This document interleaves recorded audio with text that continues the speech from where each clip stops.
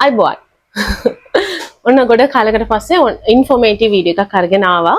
අපි එහෙනම් වැඩිදුර විස්තර කතා කරන්න නැතුව යමු වීඩියෝ එකට. අද වීඩියෝ එකේ මම කතා කරන්න බලාපොරොත්තු වෙන්නේ parenting සහ studies. අම්මා කෙනෙක් වුණත් තාත්තා කෙනෙක් වුණත් දෙගොල්ලන්ටම එක විදිහට අදාළ කරගන්න පුළුවන්. හැබැයි ගොඩක් වෙලාවට stay home මම්ලා එහෙම නැත්නම් ගෙදර ඉන්න අම්මලා ඉන්නේ රැකියාවකට යන්නේ නැති අම්මලාට තමයි ගොඩක් වෙලාවට මම අද කියන කරුණු වැඩිපුර අදාළ වෙන්නේ. මොකද මමත් stay home mom කෙනෙක්ින්ද ඒ කොහොම නමුත් රැකියාවකට යන ඔයාට උනත් දැනගන්න වටින ගොඩක් හොඳ ටිප්ස් කියලා මම හිතන මම ෆලෝ කරපු දේවල් ටිකක් මම අනිවාර්යයෙන්ම අද වීඩියෝ එකේ ෂෙයා කරනවා. මොන එක්ස්පීරියන්ස් එක හින්දාද මට මේ ගැන ඔයාලත් එක්ක කතා කරන්න අද පුළුවන්කම ලැබිලා තියෙන්නේ. ඒ කියන්නේ මගේ සිටුේෂන් එක මම පොඩක් ඔයාලට විස්තර කරලා දෙන්න. මම ඔන්ලයින් බිස්නස් එකක් හැන්ඩල් කරන කෙනෙක්, ඒ වගේම කන්ටෙන්ට් ක්‍රියේටර් කෙනෙක්, ඉන්ෆ්ලුවෙන්සර් කෙනෙක් මම හිතන විදිහට. ඒ විතරක් නෙමෙයි මට පුංචි බබාලා දෙන්නෙක් ඉන්නවා. එක්කෙනෙක්ට අවුරුදු 6යි අනිත් එක්කෙනාට අවුරුදු 3යි. උපාධියේ අන්තිම ස්ටේජ් එක මගේ බබා හම්බ වෙනවත් එක්කම වගේ තමයි මම අවසාන අවුරුද්ද කරන්න ගත්තේ.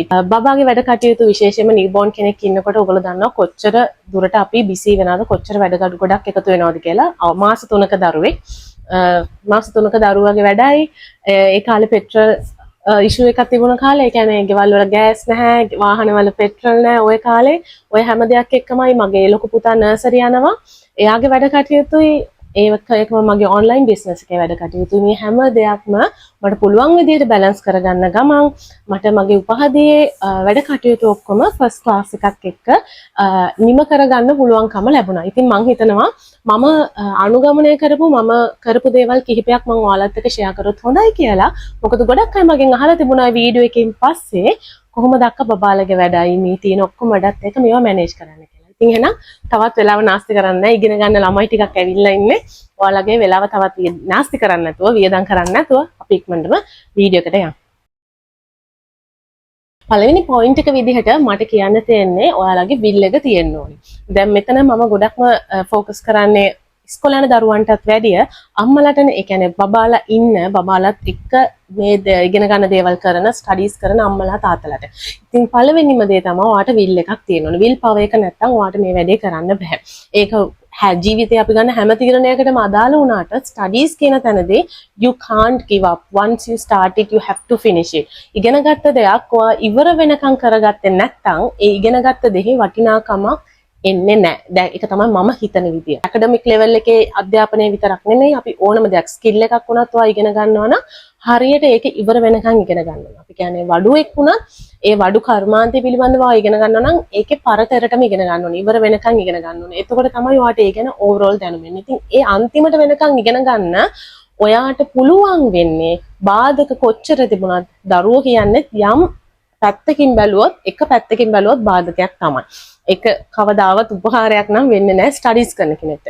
ඉතින් ඒක වුණත් ඒ වගේ බාධක වුණත් ඒ වගේ ප්‍රශ්න වුණත් කොච්චර දේවල් වුණත් ඒක හරියට ඔයාට ඉවර කරගන්න පුළුවන් වෙන්නේ ඔයාට වගේ විල් පවර් එක තියෙනවා විතරයි. ඉතින් stay focused and will power මේ දෙකම හරියටම තියාගන්න ඕනේ. ඔයා පටන් ගන්නකොට ඔයා හිතන්න ඕනේ මේක මම කරනවද?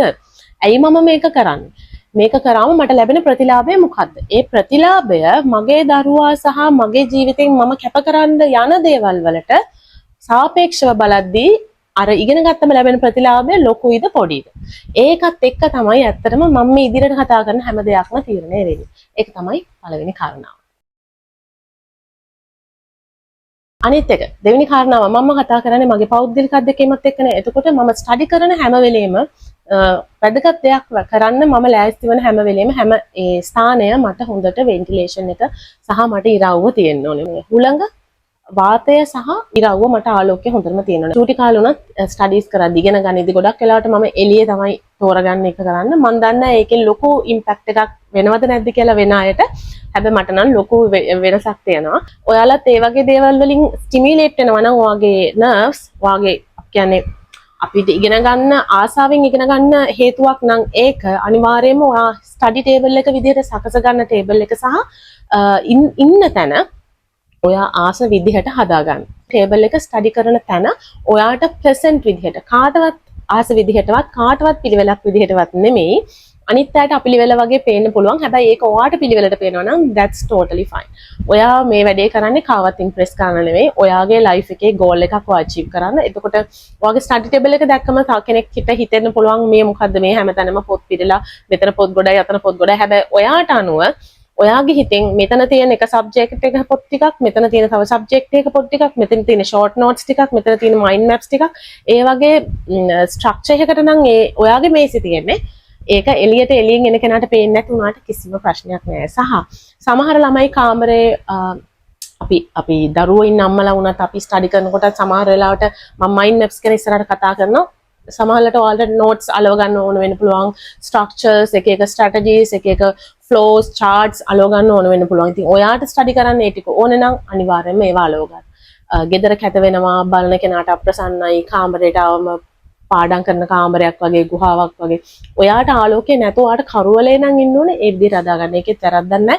මොකද සමහර අය ඇත්තටම ආලෝකයත් එක්ක ඒගොල්ලන්ට කොන්සන්ට්‍රේට් කරන්න බෑ. ඒගොල්ලන්ට ඩිම් ලයිට් එකේ තමයි කොන්සන්ට්‍රේට් කරන්න පුළුවන්. මෙතනදී මේ ජර්නි එකේ මේ ගෝල් එකේ අපේ ඇත්තටම අපේ ගෝල් එක වෙන්නේ කාවත් ඉම්ප්‍රෙස් කිරීමවත් කාටවත් පේන විදිහට ලස්සනට පිළිවෙලට පිරිසුදු ඉන්න එක නෙමෙයි. ඔයාගේ ගෝල් එක වෙන්නේ ඔයාගේ ස්ටඩීස් හරියට ඉවර කරගන්න එක. මොකද ඔයාට ඒක දෙපාරක් කරන්න ආයෙ වෙලාව වැය කරන්න බෑ. තාක්ෂණයේ දියුණු වෙලා තියෙන එකේ වාසිය අපි අනිවාර්යයෙන්ම අපේ ස්ටඩීස් වලට එකතු කරගන්න ඕනේ. ඒක තමයි මම හිතන විදිහ. එතකොට ගැජට්ස් වලට ස්පෙෂලි මම ස්ටඩීස් කරන්න පටන් ගන්නකොට මම කරපු දෙයක් තමයි මම සාමාන්‍යයෙන් පුරුදලා හිටියේ හෑන්ඩ් ෆ්‍රී එකේ අර වයර් තියෙන හෑන්ඩ් ෆ්‍රී එක යූස් කරන්න. අර ඒ කාලේ නම් අපි පුරුදලා තියෙන විදිහක් නේ අර වයර්ලස් බ්ලූටූත් හෙඩ්සෙට් එක ඒ වගේ දේවල් වලට මම එච්චර පුරුදුලා තිබුණේ නැහැ. සහ මම පාවිච්චි කරන්න ආසත් නැහැ.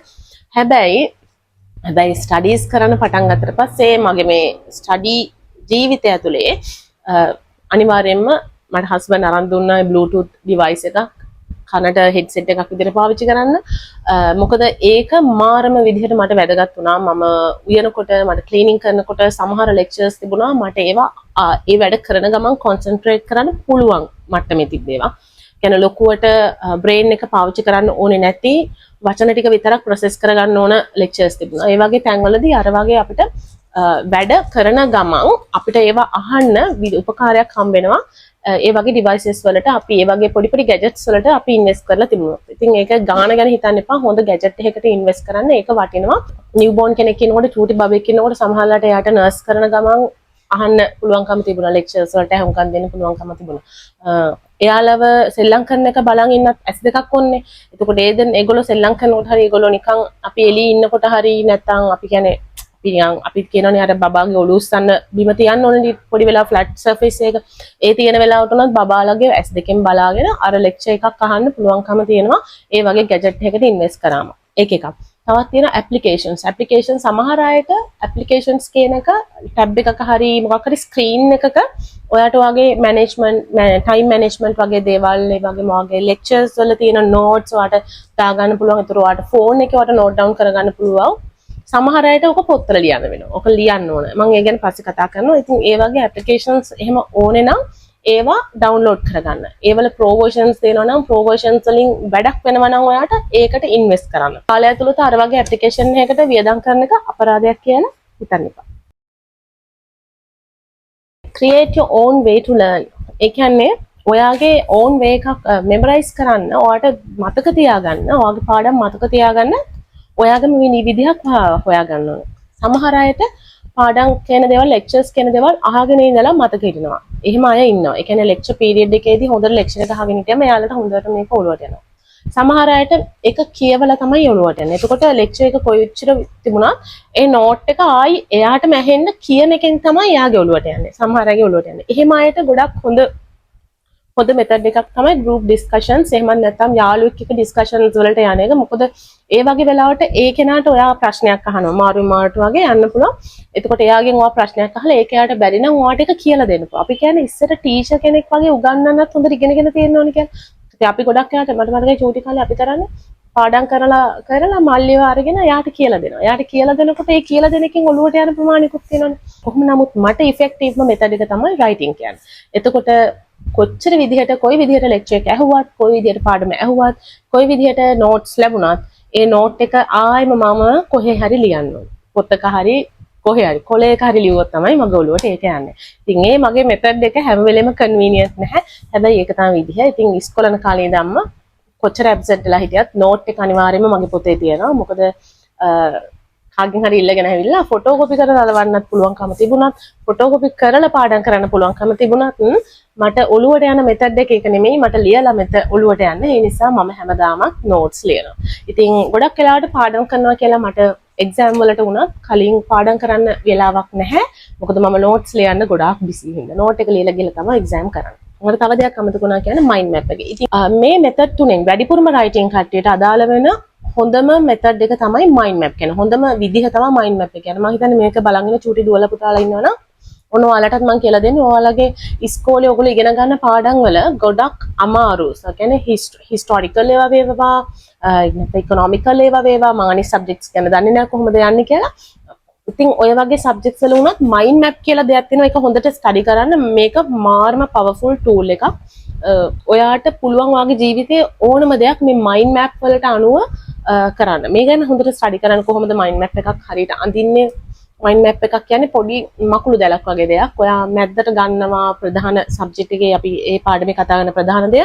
ඒකට තියෙන අතුරු දේවල් ටික පළවෙනි එකේදී යනවා. ඊට පස්සේ ඒ අතුරු දේ ඇතුලේ තියෙන දේවල් ටික ඊට පස්සේ ස්ටේජස් වලට යනවා. ඒ වගේ මයින්ඩ් මැප් එකක් කියන්නේ හැම ලොකු පරතරයකට විහිදෙන දැලක් වගේ දෙයක්. එතකොට ඕක මට හොඳට මතකයි මම ඕක කරේ. එතකොට කැලෙන්ඩර් කොලයක ඉස්කෝලේ කාලේ නම් කැලෙන්ඩර් කොලයක පිටිපස්ස අරගෙන ඒකේ තමයි මයින්ඩ් මැප් එක ලියන්නේ. මේක අලවන. මේක නමලා අලව ගන්නවා මම පාඩම් කරන ෂෝට් නෝට් බුක් එකේ. එතකොට මම අර ඒ දාට ඒ සබ්ජෙක්ට් එකට එක්සෑම් එකට යන වෙලාවේ ඒ සබ්ජෙක්ට් එකට අදාළව පාඩම් 20ක් නම් තියෙන්නේ. මට බලන්න තියෙන කොළ 20යි. ඒතකොට එක කොලයකින් පාඩම් 20 එක කොලයකින් තනිකරම එක පාඩමක් කව වෙනවා. ඒ විදිහට හදාගන්න එක මාරම ඉෆෙක්ටිව්. මම ප්‍රැක්ටිකලි මගේ O levels කරද්දි මම පාවිච්චි කරපු ස්ටයිල් එකක් එක මම ඒ කාලේ දැනන් හිටියේ නෑ මේ මම කරන්නේ මයින්ඩ් මැපින් කියන එක තමයි මම මේ කරන්නේ කියලා. ඉතින් O level results උත් මගේ සාමාන්‍ය හොඳයි. 7ක් තියෙනවා. B2යි C1යි. ඔන්න ඒකත් කිව්වා. ඉතින් ඒ නිසා මම හිතනවා සාමාන්‍යයෙන් එක්ස්ට්‍රා කරිකුලර් ඇක්ටිවිටීස් විතරක්ම ගොඩක් කරපු පන්ති හිටපු නැති ළමෙක් විදිහට සහ එළියට ගිහිල්ලා ඉගෙන ගත්තේ නැති ළමෙක් විදිහට කියන්නේ අපි කියන්නේ එක්ස්ට්‍රා ක්ලාසස් වලින් ඉගෙන ගත්තේ නැති ළමෙක් විදිහට මම සිංහල ලිටරේචර් වලට තමයි ක්ලාසස් ගියේ. ඉතින් නැති ළමෙක් විදිහට මම හිතනවා මගේ රිසල්ට් එක ගොඩක් හොඳයි කියලා. හැබැයි මම කරපු මේ එකම මෙතඩ් එක මයින්ඩ් මැපින් විතරයි. මට වෙලාවක් ලොකුවට මම වියදම් කරේ නැහැ. අරක තමයි කරේ. ඉතින් මයින්ඩ් මැප් කියන එක හොඳටම බලන්න අනිවාර්යෙන් ඔයාලට ලොකු උදව්වක් වෙයි. අසයින්මන්ට් කරන ළමයින්ට උනත් ඒ කියන්නේ අපි අසයින්මන්ට් එකක් ඊසිලි අපිට ලෙක්චර් එක අහගෙන ඉඳලා දීලා තියෙන ස්ටඩි මැටීරියල්ස් ටික බලලා කේස් ස්ටඩි ගන්න තියෙන කේස් ස්ටඩි එක කියවලා ලියන්න පුළුවන්. හැබැයි ඇත්තටම ඔයාට දැනුම ඔයගොල්ලෝට ගන්න ඕන නම් ලෙක්චර් කියපු දේ ඔයාට අන්තිම වචනෙටම ඔළුවට ගන්න ඕන නම් සහ ෆස්ට් ක්ලාස් එකක් හරි බැච් ටොප් එකක් හරි ටිකක් සාමාන්‍යයෙන් හොඳ රෑන්කින් එකක් ගන්න බලාපොරොත්තු වෙනවා නම් ඔයා අනිවාර්යයෙන්ම ලෙක්චර් කියන දේවල් ටික අහගෙන ඉඳලා ඒක මයින්ඩ් මැප් එකකට දාගන්නම ඕනේ. එතකොට ඔයාට අයිඩියා එකක් එනවා එයා මොනවද ඔයාගෙන් බලාපොරොත්තු වෙන්නේ කියලා. ඒක තමයි අනිත් කාරණාව. ලිස්නින් කියන දේ හරියටම කරන්න ඕනේ. සමහර මම දන්නවා ගොඩක් කට්ටිය ලෙක්චර්ට අහුම්කම් දෙන්නේ නැහැ. ලෙක්චර්ස් යන වෙලාවට සමහර අය ඔන්ලයින් ඉන්නෙත් නැහැ. ඔන්ලයින් හිටියත් වෙන වැඩ. පස්සේ ඒක අහන්නෙත් නැහැ. කරන එකම දේ තමයි ස්ටඩි කේස් ස්ටඩි එක බලනවා, ස්ලයිඩ්ස් ටික බලනවා. ඒකට අනුව මොන හරි දෙයක් එහෙම මෙන් හොයලා ලියලා දානවා. එහෙම නෙමෙයි ලෙක්චර් කියන හැම වචනම හොඳටම අහගෙන ඉඳලා ඒක මයින්ඩ් මැප් එකට ඉන්ක්ලූඩ් කරොත් ඔයා ලෙක්චර් එක ඉවර වෙද්දී සබ්ජෙක්ට් එක ඉවර වෙද්දී ඔයා දැනගන්නවා ලෙක්චර් මොනවද ඔයාගෙන් බලාපොරොත්තු වෙන්නේ කියලා. ඒ කියන්නේ ඒක කේස් ස්ටඩි එක කියවුවා පළියට වගේ ඔලුවට යන්නේ නැහැ. ඒක යන්නේ ලෙක්චරර්ට හරියට හුඟ කඳුරන. මොකද එකම කේස් ස්ටඩි එක ලෙක්චරර්ස්ලා 10ක් ගත්තොත් ඒ 10 දෙනා ඒක එලබරේට් කරන විදිහ ඒ 10 දෙනා ඒ කේස් ස්ටඩි කියන ප්‍රශ්න වලට උත්තර බලාපොරොත්තු වෙන විදිහ වෙනස් වෙන්න පුළුවන්. ඉතින් ඒ හින්දා ඔයාගේ කරෙක්ෂන් කරන්නේ කවුද කියන එක අපිට කියන්න බෑ කලින්. ඒ මොන වුණත් ලෙක්චරර් දන්නවා මාක්ස් හම්බෙන්නේ මොන පොයින්ට්ස් ඉන්ක්ලූඩ් කරොත්ද කියලා. එතකොට එයා ලෙක්චර් එක දෙනකොට ඒ පොයින්ට්ස් වලදී පොඩ්ඩක් පංච් කළා කියනවා. යා කියන්නේ මේකයි කියලා. හැබැයි යා ඒ තැන්වලදී වැඩිපුර ඔයාලට විස්තර කරනවා. ඒ දේවල් ඔයාලට තේරෙනවා. මේකේ පොඩි වැලියු එකක් තියෙනවා කියලා. ඒව ඔයාලට ඉන්ක්ලූඩ් කරන්න පුළුවන් මයින්ඩ් මැප් එකට හොඳට අහගෙන හිටියොත් විතරයි. ඉතින් මොකද එහෙම තැන් සෑහෙන තිබුණා සමහර තැන්වලදී අපි දැන් අඳුරනවානේ ටීම් එකේ කට්ටිය ගෲප් වල කට්ටිය අපි කතා වෙනකොට අනේ ඒක ලෙක්චර් කියලා දුන්නේ නෑනේ කියලා කියද්දි ගොඩාක් ඒ වගේ තැන් තිබුණා මම පෙන්වලා දීපු මම සහ තවත් ළමයි කිරිය යාළුවෙක් මගේ මනෝරි කියලා අපි පෙන්වලා දීපු ඒවා තිබුණා අපි දෙන්න තේරුම් ගත්ත ඒවලත් තිබුණා නැහැ ඒක ලෙක්චර් ඇත්තටම කිව්වා කියලා. ඒ කියන්නේ ලෙක්චර් එක ඇතුලේ කිව්වා කියලා. එයා ඒක කිව්වා එයා ඒක මෙන්ෂන් කරා හැබැයි ඒක සමහර අයට නෝට් වෙලා තිබ්බේ නැහැ. ඒක ලොකු කාරණාවක් විදිහට ඔලුවට ගිහිලා තිබ්බේ නැහැ. මොකද අර ඇහුම්කන් දෙන්නේ නැති. හැම වචනෙටම බරක් දීලා ඇහුම්කන් දෙන්න ඕනේ. ඒක අනිත් එක. time management කියන එකට very important. time එක පුළුවන් තරම් ඉතුරු කරගන්න දේවල් කරන්න ඕනේ. වෙලාව නාස්ති කරන වැඩ කරන්න නරකයි. වෙලාව නාස්ති කරනවා කියලා මම කියන දේවල් ඔයාට වෙලාව නාස්ති කිරීමක් නොවෙන්න පුළුවන්. ඉතින් ඔයාට අනුව වැඩිපුරම ප්‍රයොරිටි එක දෙන්න ඕනේ ස්ටඩීස් වලට නම් ඒකට ප්‍රයොරිටි දීලා ඊට පස්සේ ප්‍රයොරිටි එක අනුව ඔයාගේ ජීවිතේ ඔයාට වටින ප්‍රයොරිටි එක අනුව ඔයා ඊළඟට කරන වැඩ කටයුතු ටික කරලා අන්තිමටම ලීස්ට් ප්‍රයොරිටි එහෙම නැත්නම් වැදගත් නැති, එතරම් වැදගත් නැති, ඒ අවස්ථාවේ එතරම් වැදගත් නැති දේවල් අයින් කරන්නත් ඔයාට පුළුවන් වෙනවා. no calls ගන්න අනවශ්‍යයි කියලා ඔයා හිතන වෙල calls. සමහරවිට යාළුවන්ගේ calls වෙන්න පුළුවන්. සමහරවිට දුරින් ඥාතින් වෙන අය වෙන්න පුළුවන්. සමහරවිට calls වලට limit කරන්න සිද්ධ වෙනවා. ඒක අනිවාර්යයෙන්ම කරන්න වෙනවා. මොකද calls වල වියදම් කරන කාලය වැඩි නම් ඔයාට ඒක compromise වෙනවා ඔයාගේ study time එකේ. එක එකක්. අනිත් එක තමයි beauty. ඒ කියන්නේ සමහර වෙලාවට ඇත්තටම පාඩම් කරන කාලේ ගොඩක් වෙලාවට තමුන් ගැන හොයන්න චුට්ටක් විතර මිස් වෙන්න පුළුවන්. That's very normal. ඒ කියන්නේ දැන් මම වුණත් ඒ කාලේ දැන් මට මගේ බිස්නස් එකේ වැඩයි, මගේ බබාලගේ වැඩයි, ස්ටඩීස් වල වැඩයි ඔක්කොම බැලුවම beauty කියන එක මගේ ගැන හිතන එක තමයි අන්තිමටම දාන්න සිද්ධ වුනේ. මොකද ඒකනත් මට වෙලාව වේදම් කරන්න උනොත් ඒකත් කියන්නේ චූටි දෙයක් වෙන්න පුළුවන්. හැබැයි ඒ වෙනුවෙන් වැය කරන්න තියෙන කාලය ඒ කාලය ඉතින් ඔයාලට කම්ප්‍රොමයිස් කරන්න සිද්ධ වෙනවා නම් ඔයා හිතනවා නම් නෑ ඒකත් මට කාලේ කාදැමීමක් වගේ පේන්නේ කියලා මම මෙතන දේශන දෙන්න ඉන්නේ නැහැ. ඔයාලා ඔක්කොටම බැලන්ස් කරගන්න ඔයා ගැන හිතන්න නෑ එහෙම නෑ. ඔයාගේ හිතට ඔයාට සූට් වෙන විදිහට මොකද්ද ඔයාට ප්‍රයොරිටයිස් කරන්න ඕනේ ඒ පිළිවෙලට ප්‍රයොරිටයිස් කරන්න. සමහර අයට බියුටි කියන්නේ තමුන්ට සීරම් ටිකක් ගන්න එක, ෆේස් පැක් එකක් දාන කෙනුත් එයාගේ මයින්ඩ් එක රිලැක්ස් වෙනවා නම් ඒක කරන්න. අනිවාර්යෙන් please go ahead. කවුරුත් ආව නවත්තන්න. ඒ දේ කරලා හරි ඔයාගේ හිත පොඩ්ඩක් පාඩම් කරලා අපිවත් පොඩ්ඩක් මහන්සිනේ, අපිටත් මහන්සිනේ, හිතට මහන්සිනේ. ඉතින් මේ මහන්සිය පොඩ්ඩක් හරි නිමෙනවා නම්, පොඩ්ඩක් හරි හරියනවා නම් අනිවාර්යෙන්ම ඒ දේ කරන්න. මොකද ඒකෙන් හරි කරලා එන බූස්ට් එක මාර්ම විදියට වැදගත්. ඔයාගේ ඊළඟට ස්ටඩීස් ටික කරගෙන යන්න. ඔයා සුපර් වුමන් කෙනෙක්වත් සුපර් මෑන් කෙනෙක්වත් වෙන්න හදන්න එපා. තාත්තලා අම්මලා දෙගොල්ලන්ටම කියන්නේ. ඒ කියන්නේ ඔයා කාටවත් පෙන්වන්න මේක මෙතන ජය ගන්න කියලා දෙයක් නැහැ. මම බබාලගේ දේවලුයි, මම උයන පියන එකයි, මම ගේත් අස් කරගෙන මම හැමදේම කරගෙන තමයි මේ ස්ටඩීස් ටික කරන්න කියලා කියන එකෙන් ඔයාට ලැබෙන දෙයක් නැහැ. ඔයාගේ හිතින් ඇත්තටම ඔයා පෙළිලා නම් ඉන්නේ. පැලිලා නම් ඉන්නේ. ඔයාට පාඩම් කරලා මහන්සිලා ඔයා පිටිපස්ස හැරලා බැලුවම ඔයාගේ කාමරය අස් කරන්න තියෙන එක ඔයාට මෙන්ටලි අමාරුයි නම් ඔයා ඒක කරන්න. හැබැයි ඔයාට ඔයාගේ කොච්චර ඔයාගේ ඇඳ මෙස් එකක් වුණත්, ඔයාගේ කාමරේ මෙස් එකක් වුණත් ඔයාට ફોකස් කරලා ස්ටඩීස් කරගන්න පුළුවන් නම් ඒ දේ කරන්න. අනේ කවුරු හරි ආවොත් ගේ කැතට දකි ගෙදර උයලා තියන්න ඕනේ මොනවා හරි එහෙම දෙයක් නැහැ. ඔයාගේ හස්බන්ඩ් ඔයාට බල කරන්නේ නැත්නම් පුළුවන් නම් වයිෆ්ලා ස්ටඩි කරනවා නම් තාත්තා මොන හරි දෙයක් හදන්න දන්නේ නැති තාත්තා කෙනෙක් නම් කමක් නැහැ. එළියෙන් ඕඩර් කරලා කන්න. වේලක් දෙකක් එළියෙන් කෑවා කියලා අපි මැරෙන්නේ නැහැ. ඉතින් ඒ වගේ දේවල් තියෙනවා. ඒ වගේ දේවල් සම්බන්ධයෙන් නම් මගේ හස්බන්ඩ්මුත් හරිම ෆ්ලෙක්සිබල්. උයන්න බැරි නම් උයන්න එපා එළියෙන් ගේමු. මම තමයි සාමාන්‍යයෙන් ටිකක් අර නෑ ගෙදරම හෝම් මේඩ් ෆුඩ් කියන එක ටිකක් මේවා කරගෙන හිටියේ. එහෙම නැත්නම් ඒ කාලේ අර පෙට්‍රල් ඉෂුව එකක් තිබුණ හින්දා ඇත්තටම ඕඩර් කරගෙන කන එක ගොඩාක් ලාභයි සහ ගොඩාක් හිතට සැනසීමයි. හැබැයි අපි එහෙම කරේ නැහැ. මම කොහොමද ඒක කරේ කියන එකත් දැන් කියන්නම්. සමහර වෙලාවට මල්ටිටාස්කින් කියන එකත් එක්කම එන තවත් ඇඩ්වාන්ටේජ් එකක් සහ ඩිස්ඇඩ්වාන්ටේජ් එකක් තියෙනවා. මල්ටිටාස්කින් කරද්දී අනිවාර්යයෙන්ම ඔබ්වියස්ලි ඔයාට ඔයාගේ ටයිම් එක ඉතුරු කරගන්න පුළුවන්. ඒ කියන්නේ එක වෙලාවේ වැඩ දෙකක් කරන්න පුළුවන්. හැබැයි ඩිස්ඇඩ්වාන්ටේජ් එක තමයි එකකට හරි දෙන අවධානය අඩු වෙනවා නම්, කොම්ප්‍රොමයිස් වෙනවා නම් ඒ දේ කරන්න එපා. ඒ දේ කරලා වැඩක් නැහැ. ඒතකොට සමහර ලෙක්චර්ස් තියෙනවා අපිට පුළුවන් අපිට දැන් මම ඉන්වෙස්ට් කරපු තවත් ගැජට් එකක් තමයි මේ ස්ටෑන්ඩ් එකක්, ෆෝන් ස්ටෑන්ඩ් එකක්. ඉතින් ෆෝන් ස්ටෑන්ඩ් එකේ ෆෝන් එක ගහලා නැත්නම් ටැබ් එක කොහේ හරි තියලා headset එක ගහලා ඔයාට lecture එක අහන ගමන් ඔයාට යන වැඩේ කරන්න පුළුවන්. හැබැයි lecture එකේදී මොකක් හරි දෙයක් කිව්වොත් මෙන්න මේ note එක බලන්න කියලා ඒක එයා බලන්න කියලා කියන්නේ නැහැ. මට මේ ප්‍රැක්ටිකලි වෙච්ච දේවල්. ඒතර එයා බලන්න කියලා කියන්නේ එයා කෙලින්ම assignment එක හරි ඔයාගේ case study එක හරි ඒ පිටුව පෙරලගෙන එයා ඒක පෙන්නනවා.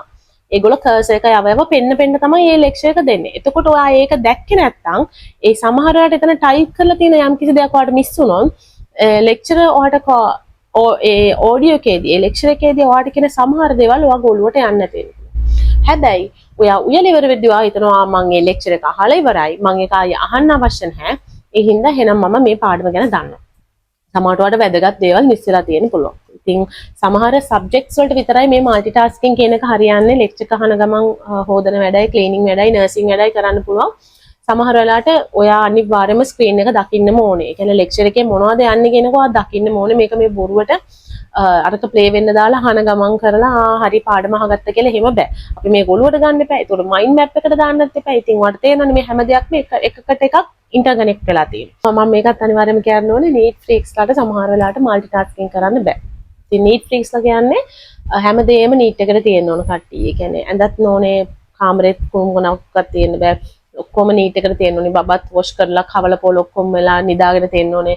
ඔක්කොම වැඩ කරලා මම ස්ටඩි කරන්න යන අයට මං හිතන්නේ ප්‍රැක්ටිකලි පුළුවන් කියලා. මම නීට් ෆ්‍රීක් කෙනෙක් නොවන නිසා වාසනාවකට මට කරගන්න පුළුවන් වුණා. වැඩ ටික මැනේජ් කරගන්න පුළුවන් වුණා. හැබැයි මම හිතන්නේ මම නීට් ෆ්‍රීක් කෙනෙක් වුණා නම් මට මේ කරපු තරමටවත් මේ ටික කරගන්න පුළුවන් වෙයි කියලා ෆස්ට් ක්ලාස් එක නම් කොහොමවත් ගන්න වෙන්නේ නැහැ. සාමාන්‍ය විදිහට ස්ටඩීස් ටික කරලා පාඩම් කරගන්න පුළුවන් වෙයි. ඉතින් අර මම කියන්න හදන නීට් ෆ්‍රීක් කෙනෙක් වෙනවා නම් ඔයාගේ බබාව බලා ගන්න නැණී කෙනෙක් හරි ඔයාගේ අම්මලා තාත්තලාට බබාව දීලා හරි එහෙම බලා ගන්න පුළුවන් නම් අන්න එතකොටත් ඔයාලට මේ ප්‍රශ්නේ විසඳ ගන්න පුළුවන්. ඒතර නීට් ෆ්‍රීක් කියලා ඔයාලට ඔක්කොම ලස්සනට හදාගෙන ගේ තස් කරලා ඔයාලට ස්ටඩීස් කරගන්න පුළුවන්. අනිත් ටික කරගන්න කට්ටිය ඉන්නවනේ. මම මේ කතා කරන්නේ තනියම කරගන්න අයට. හැමදේම තනියෙන් කරගන්න අයට බොරි වෙන්න එපා. ගේස් කරලා නැහැ, ඇඳුම් හොදලා නැහැ, ඇඳුම් මැදලා නැහැ. ඒවා හිතන්න එපා. ස්ටඩි කරනලාට ස්ටඩි කරන්න, බබා නිදි වෙලාවට ස්ටඩි කරනවා නම් ස්ටඩි කරන්න, පුළුවන් වෙලාවට පුළුවන් තරම වළං අපිට දවසක් තියන්න බෑනේ. පුළුවන් නම් ඊළඟට වළං ටික හොදන්න. වෙලාවක් තිබුණොත් ගේ චුට්ටක් හස් කරගන්න. වෙලාවක් තිබුණොත් මුලින්ම අතු ගන්න. වැලි පෑගෙනකොටත් ටිකක් අප්‍රසන්නයිනේ. ඒ වගේ අර මුලින්ම කරන්න ඕන වැඩේ මුලින් කරන්න. කොට්ට ටික ඇඳුන්නේ කොහොමද තියෙන්නේ? ඒකට කොට්ටුර මාරු කරන එක දැන් නිදා ගන්නකොට නේ ඔක ගොඩක්ම අමාරු. ඒතර උදෙන්ම කරන්න යන්න ඕනේ නැහැ. උදේ බබා නිදි වෙලාවේ පාඩම් කරන්න ඕන නම් පාඩම් කරන්න. අර ඒ වගේ ඒ වෙලාවට ඒක එක ලෑස්ති කරගන්න. ඉතින් අර ගොඩක් වෙලාවට බෙඩ් ෂීට් මාරු කරන වෙලාව වගේ එනකොට ඉතින් බබා ඇහැරලා ඉන්න වෙලාවක ගෝ කාට් එකේ දාලා බබාට පේන්නම බෙඩ් ෂීට් මාරු කරන්න පුළුවන්. අර එතකොට බබා ඇහැරලා ඉන්න වෙලාවට බබාව බලන ගමන් ලෙක්චර් එක බලන්න බෑනේ. ඒතර ඒ වගේ වෙලාවට බෙඩ් ෂීට් මාරු කරන වැඩේ දාගන්න. ඒතර අර උදෙන්ම නැගිට ගමන් බෙඩ් ෂීට් මාරු කරන්න ඕනේ, ඇඳ රෙද්ද මාරු කරන්න ඕනේ, කොට්ට ටික මාරු කරන්න ඕනේ කියලා හිතුවට ඒ වෙලාව නෙමෙයි හොඳම වෙලාව වෙන්නේ. මොකද ඒ වෙලාවේ ඔයාට පුළුවන් බබා නිදි නම් ස්ටඩීස් ටිකට ඒ වෙලාව වැය කරන්න. අන්න ඒ වගේ ටයිම් බ්ලොකින් සහ ටයිම් ස්ලොට් මැනේජ්මන්ට් කියන එක හරියටම අවබෝධ කරගෙන තියෙන්න ඕනේ. මේ වෙලාවේ කරන්න සුදුසු හොඳම දේ මොකක්ද කියන එක තේරුම් ගන්න. එක එක. අනිත් එක තමයි මීල් ප්‍රෙප්.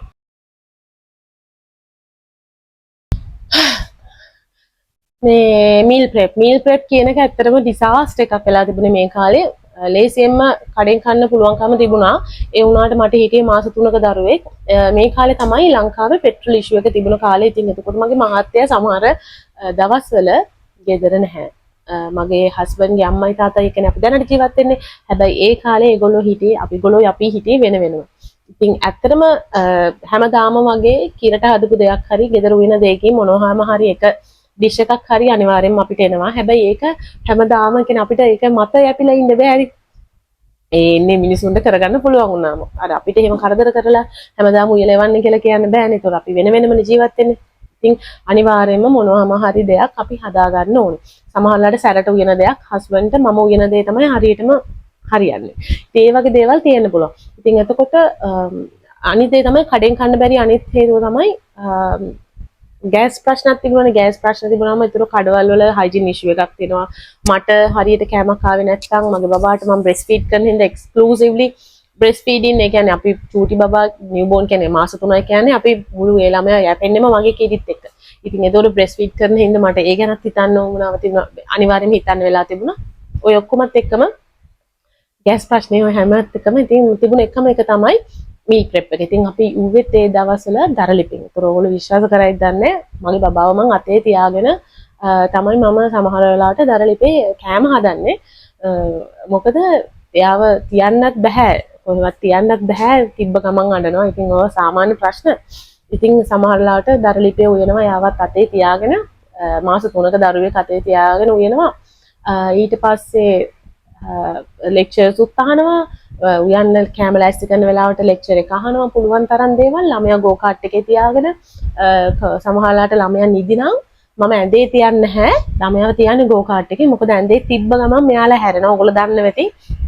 එතකොට ගෝ කාට් එකේ තිබ්බ ගමන් කකුලෙන් ගෝ කාට් එකේ එක කකුලකින් ගෝ කාට් එක පද්දන ගමන් අනිත් කකුලෙන් හිටගෙන මේ කැම වලට ලුණු කපනවා, එළවලු කපනවා ලෙක්චර් එක අහගෙන. ඒ කාලේ ඇත්තටම ගත්ත ෆොටෝ එකක්වත් නැහැ. මොකද ෆොටෝ එකක් ගන්නවත් හස්බන්ඩ් ගෙදර නැහැ. හස්බන්ඩ් පෙට්‍රල් පෝලිං වල. ඉතින් ඔය වගේ ප්‍රශ්න තියාගෙන තමයි ස්ටඩීස් කරේ. ඉතින් මීල් ප්‍රෙප් කියන එක මට වැදගත්කමක් දැනුනේ වැදගත් කියලා දැනුනේ. මට හැමදාම ওই වැඩේ කරන්න බෑනේ. ඉතින් මම කරන්නේ වීකෙන්ඩ් එක හරි හස්බන්ඩ් ගෙදර ඉන්න දවසක් හරි අල්ලගෙන මොකද දරලිපේනේ උයන්නත් ඕනේ ගෑස් ලිපේ උයන්නත් බෑ. ගෑස් නැහැනේ. දරලිපේ හැමදාම මට දරලිප තියෙන තැනට ගිහින් එළියේ තිබ්බේ. දරලිප තැනට ගිහින් ළමයාව ගෙදර තියෙද්දි එහෙම ගිහින් එන්නත් බයයි. ඒ නිසා මම කරා මීල් ප්‍රෙප් එක. මීල් ප්‍රෙප් කරේ මම වලං මම හිතන්නේ වලං 10ක් විතර අරගත්තා. අරගෙන මම කෑම වර්ග 10ක් විතර හැදුවා. يعني මස් මාළු වගේ දේවලුත් මම වෙනම හැදුවා. මිරිසට හැදුවා, ඉන්දල හැදුවා. ඒ විදිහට හදලා ඔක්කොම එළවලු හැම අපිට කපලා තියාගත්තම දිය කිරින් තම්බලා තියාගත්තම ඒක ෆ්‍රීස් කරනවා. ෆ්‍රීස් කරාට පස්සේ ඔයාලා කැමති නම් කියන්නේ මම දවසක වෙනම මීල් ප්‍රෙප් වීඩියෝ එකක් අරගෙන එන්නම් දරලිපේ නෙමෙයි. ගෑස් ලිපේ කරන විදිය. ඉතින් ඒ විදිහට මීල් ප්‍රෙප් කරන එක වෙනමම දෙයක් ඇත්තරම. වාසනාවකට අර අපි වෙන රටක ජීවත් වෙච්ච කාලේ මම කෑම හදලා මීල් ප්‍රෙප් කරලා මම චුට්ටක් මට අවබෝධයක් තිබුණා. කොයි විදිහටද කෑම ස්ටෝර් කරන්න ඕනේ, කොයි කෑමද ස්ටෝර් කරන්න ඕනේ. ඒකට අත්හදා බලන කාලයක් නෙමෙයි තිබුණේ අර කාලේ. ඉතින් මගේ අර කලින් තිබුණ අත්දැකීම් එක පාවිච්චි කරලා මීල් ප්‍රෙප් කරා. ඉතින් ඔයාලටත් හොඳම උද්දම දෙයක් තමයි මීල් ප්‍රෙපින් කියන එක. ආයි ගොටුකොළ සම්බෝලේ ඉඳන් හදාගන්න තියාගන්න බලන්න. හැබැයි ගොටුකොළ නම් වගේ දෙයක් නම් සම්බෝලේ හදලා ෆ්‍රීස් කරන්න යන්න එපා. ඔයාලට ගොටුකොළ අරගෙන ෆුඩ් ප්‍රොසෙසර් එකේ ඔයාලට ප්‍රොසෙස් කරලා කප්පලා කෙලින්ම මිටි 3-4ක් විතර ප්‍රොසෙස් කරලා ඒ ටික ඔයාලට ෆ්‍රීස් කරන්න පුළුවන් පොලුත් එක්කම. ගොටුකොළ පොලුත් එක්කම මේ උදාහරණයක් විදිහට පොලුත් එක්කම ෆ්‍රීස් කරනවා. ඕන රකුළු උණුත් චූටියට ලියලා ඒකටම දාලා ෆ්‍රීස් කරන්න. කෙලින්ම ෆ්‍රීස් කරන්න. ෆ්‍රීස් කරලා කන්න උදේට එළිය තියන්න. කන්න හදන වෙලාවට දෙහි ටිකයි ලුණු ටිකයි දාලා අනලා ගන්න. ආයි අලුත් ගොටුකොළ වගේ කිසිම ප්‍රශ්නයක් නැතුව තියෙනවා. ඒක කිසිම කියන්නේ මොන හරි ප්‍රශ්නයක් කාට හරි වෙලා තියෙනවා නම් අනිවාර්යයෙන්ම ඔයගේ ස්ටෝරේජ් එකේ ස්ටෝර් කරන විදිහ ඉෂුව එකක් හරි ඔයගේ ෆ්‍රිජ් එකේ ඉෂුව එකක් හරි තමයි ඒක. මොකද සාමාන්‍යයෙන් හරි විදිහට ස්ටෝර් කරනවා නම් එතකොට ඔයා බලන්න ඕන ඔයගේ ෆ්‍රිජ් එකේ දොරට වැඩිදුර කතා කරන්න බෑ. ඉතින් ඔන්න ඔහොම තමයි ස්ටෝර් කරනවා නම් ෆ්‍රිජ් එකේ දොරේ තියෙන උෂ්ණත්වය සහ ෆ්‍රිජ් එකේ ඇතුලේ තියෙන උෂ්ණත්වය ෆ්‍රිජ් එකේ තට්ටුවේ පළල ගොඩක් ඇතුලට යන ගැඹුරු ෆ්‍රිජ් එකක් නම් ඉස්සරහ දොර ගාම තියෙන තැන්වල තියෙන උෂ්ණත්වය සහ ඇතුළෙම තියෙන උෂ්ණත්වය වෙනස් වෙනවා. නිතරම වෙනස් වෙන ෆ්‍රීකවන්සි එක වෙනස් වෙනවා ඕපන් කරනකොට. ඉතින් ඒවත් ගැනත් හොඳ අවබෝධයක් තියෙන්න ඕනේ මීල් ප්‍රෙප් කරන අයට. හරිද? ඒක තමයි මම හිතන්නේ ලොකු ප්‍රශ්නයක් තියෙනවා නම් ඒ ප්‍රශ්නේ අවබෝධය නැතිකම නිසා තමයි මම පස්සේ දවසක ඕනේ නම් කියන්නේ ඒ ගැන වීඩියෝ එකක් වෙනම කරන්න. ඉතින් ඕක තමයි මීල් ප්‍රෙප් කියන එකත් හරිම වැදගත් දෙයක්. ස්ටඩීස් සහ පේරන්ටින් කියන දෙකම කරන අයට. මම කිව්වනේ දැන් මගේ හස්බන්ඩ් ගෙදරින් අපිට සමහර වෙලාවට ඩිෂස් එහෙම ආව කියලා. ඉතින් ඒ වගේ වෙලාවල් වලට කාගෙන් හරි උදව්වක් ලැබෙනවා නම්, කෑම ලැබෙනවා නම්, හොදි ටිකක් හරි ලැබෙනවා නම්, දීසියකට හොදි ටිකක් හරි ලැබෙනවා නම් ඒ උදව්ව ගන්න. මොකද ඒක ඔයාට තවත් ප්ලස් පොයින්ට් එකක්. උදව්වක් ඉල්ලන්න ලැජ්ජ වෙන්න ඕනේ නැහැ. උදව්වක් දෙන කෙනෙක්ගෙන් උදව්වක් ගන්න ලැජ්ජ වෙන්න ඕනේ නැහැ. උදව්ව මතක තියාගෙන කවදද දවසක ප්‍රතිඋපකාර කරන්න. හරිනේ. ඉතින් ඕක තමයි මට කියන්න ඕනේ. අනිද්දේ ලොකු බබාලා නම් ඉන්නේ ලොකු බබාලාගෙන උදව් ගන්න. සාමාන්‍යයෙන් ටිකක් දැනුම තේරුම තියෙන දරුවෙක් නම් එයාව ඔයාගේ වැඩවලට ඉන්වෝල්ව් කරගන්න. එයාට කියන්න ඔයාත් ස්ටඩි කරනවා අම්මත් දැන් ඉගෙන ගන්න එක එයාට ලොකු හොඳ ආදර්ශයක්. ස්ට්‍රෝං රීසන් එකක් එයාට ලස්සනට එයාගේ ස්ටඩීස් උත් ලස්සනට ફોකස් කරලා කරන්න. මොකද එයාගේ අම්මා එච්චර එහෙම වෙලත් එයා අමාරුවෙන් ඉගෙන ගන්න නම් ඇයි මට බැරි කියන එකත් එයාගේ ළමයාට එනවනේ වගේ ළමයාට එනවනේ. ඉතින් ඒ අදහසක්. ඉතින් ඒක නිසා අනිවාර්යයෙන්ම ළමයාවත් ඉන්වෝල්ව් කරගන්න ඔයාට ඒකත් ලොකු උදව්වක් වෙයි ඉස්සරහට. ටයිම් බ්ලොකින් ගැන මම දැන් කියලා දෙන්නම්. ඉතාමත්ම වැදගත් දෙයක්. ටයිම් බ්ලොකින් කියන්නේ අපි එතනදී කරන්නේ මේක ගැන පොඩ්ඩක් හොයලා බලන්න. ඊට අමතරව මම ඔයාලට පුරුද්දක් කරන ටයිම් බ්ලොකින් කියන එකේදී කරන්නේ සාමාන්‍ය ටයිම් මැනේජ්මන්ට් කරන එක නෙමෙයි. කාලසටහනක් ඇඳලා ඒක මේ වෙලාවට මේක කරන කෙනෙක් නෙමෙයි. ඒ ටයිම් එක වෙලාවට ඒ කරන්න තියෙන වැඩේ හැරෙනකොට වෙන වැඩක් කරන්නෙම නැහැ. හරිද?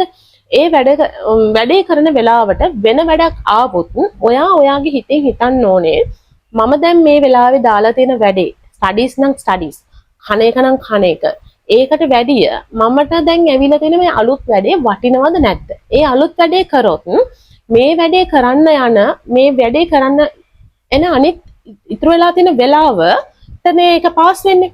එතකොට ඒකට පාස් වෙන එකකින් වෙන ඕල්ටර්නේටිව් කොස්ට් එක කියන්නේ අපි කොන්සික්වන්ස් එක මොකද? කොම්ප්‍රොමයිස් එක කොච්චරද? කොච්චර වැදගත්ද නොවැදගත්ද කියන එක හිතන්න ඕනේ. කියන්නේ ඔයාට තියෙන ටෝටල් ලෙක්චර් අවර්ස් ටික තියෙනවනේ ලෙක්චර් පීරියඩ් ටික තියෙනවනේ දැන් අපි තුමුකෝ පැය 20ක ලෙක්චර්ස් ඔයාට අහන්න තියෙනවා කියලා. එතකොට ඔයාගේ පළවෙනි අසයින්මන්ට් එක බාර දෙන්න තියෙන දවසට වෙනකොට ඔයා ඔතනින් ලෙක්චර්ස් 5ක්වත් අහලා තියෙනවා 3ක්වත් අහලා තියෙනවා මම 5ට ඊට වැඩිය නම් තියෙනවා obviously. හැබැයි එතකොට මම හිතා ගන්න ඕනේ දල වශයෙන් ඔයාට පළවෙනි අසයින්මන්ට් එක බාර දෙන්න තියෙන දවස තමයි ඔයාගේ අන්තිම දවස කියලා හිතලා අර තියෙන ටෝටල් ලෙක්චර් අවර්ස් ටික ඔයා සතියට බෙදා ගන්න ඕනේ. සතියට බෙදාගත්ත එක දවසට බෙදා ගන්න ඕනේ. දවසට බෙදාගෙන එක දවසක් තියා ගන්නවා ළමයි එකකින් හරි පොඩි ෆ්‍රී ටයිම් එකක් ඔයාට ඒක ඕනේ නම් එහෙම නැත්නම් ඒකත් එක්ක බෙදලා එක දවසට ඔයා කොච්චර ලෙක්චර්ස් ප්‍රමාණයක් කවර් කරන්න ඕනද කියන එක ඔයාට එනවා. ඒ ටික ඔයා දවසේ පැය ගානෙන් බෙදා ගන්න ඕනේ. එතකොට උදේ පාන්දර වෙන්න පුළුවන්, හවස වෙන්න පුළුවන්. ඔයාට කන්වීනියන්ට් විදිහට ඔයාට ගැලපෙන විදිහට ලෙක්චර් අවර්ස් ටික ඔයාට එකතු කරගන්නයි තියෙන්නේ. නිව් බෝන්ස්ලා ඉන්න අම්මලාට ගොඩක් වෙලා තියෙන ලෙක්චර්ස් අහන්න තියෙන්නේ උයන වෙලාවට. එහෙම නැත්නම් ඔය කියන්නේ නෝට්ස් ලියා ගන්න නැති ලෙක්චර්ස් අහන්න තියෙන උයන වෙලාවට. මම නම් බබාට නර්ස් කරන වෙලාවට රැයට ලෙක්චර්ස් ඇහුවා. ලෙක්චර්ස් අහද්දි පොඩි පෑනකුයි පොතකුයි කොට්ටේ යට තියාගෙන ඉතින් ලෙක්චර් එක අහන ගමන් බබාට කිරි දෙනවා. ලෙක්චර් එක අහන ගමන් ෆෝන් එකේනේ ලෙක්චර් එක බලන්නේ. එතකොට එක තැනක් තිබුණොත් අමුතු දෙයක් හරි මොකක් හරි දෙයක් ලියා ගන්න වටින දෙයක් ලෙක්චර් කියනවා නම් ඒ වෙලේම ෆෝන් එක මෙහා පැත්ත හරවලා චූටි නෝට්බුක් එකකට පොඩ්ඩක් දල වශයෙන් ලියා ගන්නවා පෑනේ. කරුවලේම ලියනවා ෆෝන් එකේ ලයිට් එකෙන් ලියනවා. ඒ විදිහට ළමයාට කිරි දෙන්නත් යනවනේ පැයක් දෙකක් විතර කිරි දීලා නිදි කරව ගන්න. ඉතින් එතකොට සමහරලාට ලෙක්චර් එකක් අහන්න පුළුවන්. ඉතින් ඕක තවත් දෙයක් තමයි මම කරපු මම ලෙක්චර් එක අහන්නේ ගොඩක් අයට 1.5 ස්පීඩ් එකෙන් 1.5 ස්පීඩ් එකෙන් ටික වෙලාවක් අහලා ගියාට පස්සේ 1.75 ස්පීඩ් එකෙන් උනොත් ඔයාට ප්‍රොසෙස් වෙන්න පටන් ගන්නවා. ඒක අර පුරුදු වෙනවා මම හිතන්නේ බ්‍රේන් එකෙන් සිද්ධ වෙන්නේ ඒක. ඊට පස්සේ සමහර වෙලාවට ඔයාට 2 ස්පීඩ් එක දාලා අහන්න පුළුවන් වෙන වෙලාවල් එනවා.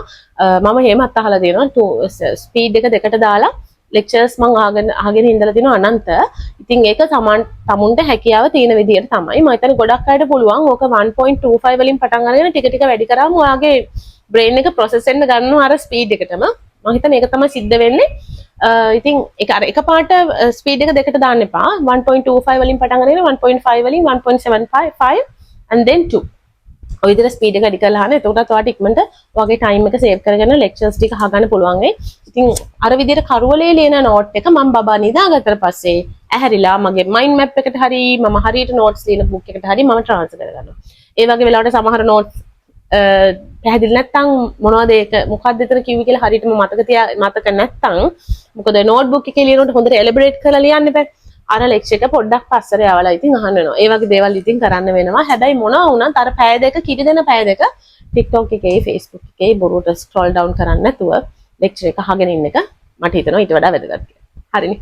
දේවල් කරලා සමහර වෙලාවට ඔයා වෙන්න පුළුවන් අසයින්මන්ට් එක අන්තිමටම බාර දෙන්නේ මගේ බැච් එකේ මගේ ගෲප් එකේ මම ඇත්තටම හැම අසයින්මන්ට් එකම මගේ බාර දුන්නේ අන්තිම දවසේ අන්තිම මොහොතේ සමහර තැන්වල සිස්ටම් ඉෂුස් එහෙම ආවම ඒක බාර දී ගන්න බැරුව මා ගොඩක් ප්‍රශ්න වලට මුහුණ දෙන්න සිද්ධ වෙලක් තියෙනවා ඒ මොනවා වුණත් ඉතින් බබෙක් ඉන්නකොට බබාලත් එක්ක වැඩ කරනකොට මේ හැම දෙයක්ම කරනකොට සිද්ධ වෙන දේවල් ඒක සාමාන්‍ය දේවල්. හැබැයි අන්තිම දවස් වෙනකන් ඉන්න එපා. ඒක තමයි මට කියන්න තියෙන්නේ. ඒ කොහොම නමුත් සමහර වෙලාවට අන්තිම දවස් එනවා. සමහර වෙලාවට මේ හැම එකටම වගේ මගේ නම් අන්තිම දවසේ තමයි දුන්නේ. ඉතින් මට ඔයාලට එතන කියන්න තියෙන දේ තමයි අන්තිමටම දෙන කෙනා වුණා සමහර වෙලාවට ලෙක්චර්ස් වලට අනිත් අය ඔන්ලයින් ඇවිල්ලා නෝට්ස් ලස්සනට ලියා ගනිද්දී ඔයාට ඔන්ලයින් හිටියත් හරියට අහගන්න බැරි වෙන්න පුළුවන්. මට මතකයි එක වෙලාවක් ලෙක්චර් ප්‍රශ්නයක් අහලා මම උයන වෙලාවේ අහගෙන ඉඳලා මගේ නම කියලාමයි ආවේ. මට ඒ ප්‍රශ්නෙට උත්තර දෙන්න බැරි වුණා. මම ඒ වෙලාවේ යාට සෝරි කියලා මං කිව්වා මට නිව්බෝන් කෙනෙක් ඉන්නවා මාස 3යි බබාට.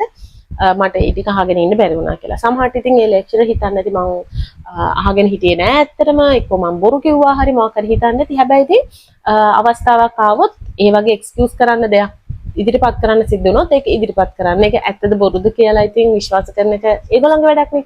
ඉදිරිපත් කරන්න. ඒ වගේ හැබැයි සමහර තැන්වල සමහර ලෙක්චර්ස්ලා හරීම ෆ්‍රෙන්ඩ්ලි, හරීම සපෝටිව්. බබෙක් ඉන්නවා කියන එක කෙසේ වෙතත් ඒගොල්ලෝ සමහර වෙලාවට පොඩ්ඩක් අපි ඩ්‍රාෆ්ට්ස් බාර දෙන්න ඕන දවසක් දෙනවනේ. ඒ කියන්නේ මේ කාලෙවෙදී ඩ්‍රාෆ්ට් එක බාර දුන්නේ නැත්නම් ලෙක්චර් කමෙන්ට් එක හම්බෙන්නේ නැහැ. එතකොට ෆයිනල් අසයින්මන්ට් එකට කලින් ලෙක්චර් ඒ ගැන මොනවද හිතන්නේ කියන එක දැනගන්න හම්බෙන්නේ නැහැ. ඒ වගේ වෙලාවක මම ඊමේල් එකක් දාලා මගේ එක ලෙක්චරර් කෙනෙක් හිටියා. හරීම හොඳ, මාරම ෆ්‍රෙන්ඩ්ලි, මාරම හොඳයි. එයා මාරම අන්ඩර්ස්ටෑන්ඩබල්. මම එයාට ඊමේල් එකක් ඩ්‍රොප් කරා. මට ඩ්‍රාෆ්ට් එක බාර දෙන්න පැය 24ක් දෙන්න කියලා. අනිත් අයට දීලා තියෙන ලාස්ට් එකට වැඩිය පැය 24ක් දෙන්න කියලා. මට නිව්බෝන් කෙනෙක් ඉන්නවා. මට ටිකක් අමාරු වුණා ඩ්‍රාෆ්ට් එක ලියා ගන්න කියලා. සහ මම ඒකේ ෆිනිෂින් එක හරියට කරන්නේ නැතුව ඩ්‍රාෆ්ට් එක ඇත්තටම ඩ්‍රාෆ්ට් එකක් විදියට ස්කෙච් එකක් වගේ තමයි දුන්නේ. හැබැයි ඒ ලෙක්චරර් මට ඒකට එයාගේ කමෙන්ට්ස් දාලා එවලා තිබුණා. මට ඒක ලව් කරලා. ඉතින් ඒ වගේ දේවල් වෙන්න පුළුවන්. ඉතින් අවස්ථාවක් තිබුණොත් මේකට කියන්නේ ෆේවරේෂන්ස් ගන්නවා කියන එක නෙමෙයි, මුට්ටි අල්ලනවා කියන එකත් නෙමෙයි. ඔයාගේ ඇත්ත තත්ත්වය මම කියන්නේ අම්මලා උනාම අපිට එක එක පස්සන් තියෙන්න පුළුවන්නේ කියලා බලන්න. there's nothing to lose. සමහර විට ඒ ගන්න කෙනා ඔයා කියන දේ තේරුම් ගත්තොත් ඔයාට ඒ chance එක දෙන්න පුළුවන්. අපි මේ මාක්ස් ඉල්ලනව නෙවෙයිනේ, පොඩි දවසක් වෙලාවක් තමයි ඉල්ලන්නේ. ඉතින් අනිත් අයට වැඩිය වෙලාව අඩුකම නිසා තමයි ඒක සමහරවිට වෙන්න පුළුවන්. ඉතින් ඉල්ලන්න තියෙන තැන්වලදී චුට්ටක් අහලා බලන්න in a professional way. Email එකක් ඩ්‍රොප් කරලා ඒ කියන්නේ ඔෆිෂියල් විදිහට ටීම් එකට ඉන්ෆෝම් කරලා එහෙම කරලා බලන්න සමහරට ලැබෙන්න පුළුවන්. අන්තිමටම කියන්න තියෙන්නේ මේ හැමදේම තිබුණත් ඔයාගේ ෆ්‍රීඩම් එක, ඔයාගේ හිතේ තියෙන සැහැල්ලුභාවය නැති කරගන්න එපා, ස්ට්‍රෙස් වෙන්න එපා. ස්ට්‍රෙස් වුණා කියන්නේ කිසිම දෙයක් කරගන්න වෙන්නේ නැහැ. ස්පෙෂලි ඔයාගේ බබාලටත් ඒක දැනෙන්න පටන් ගන්නවා.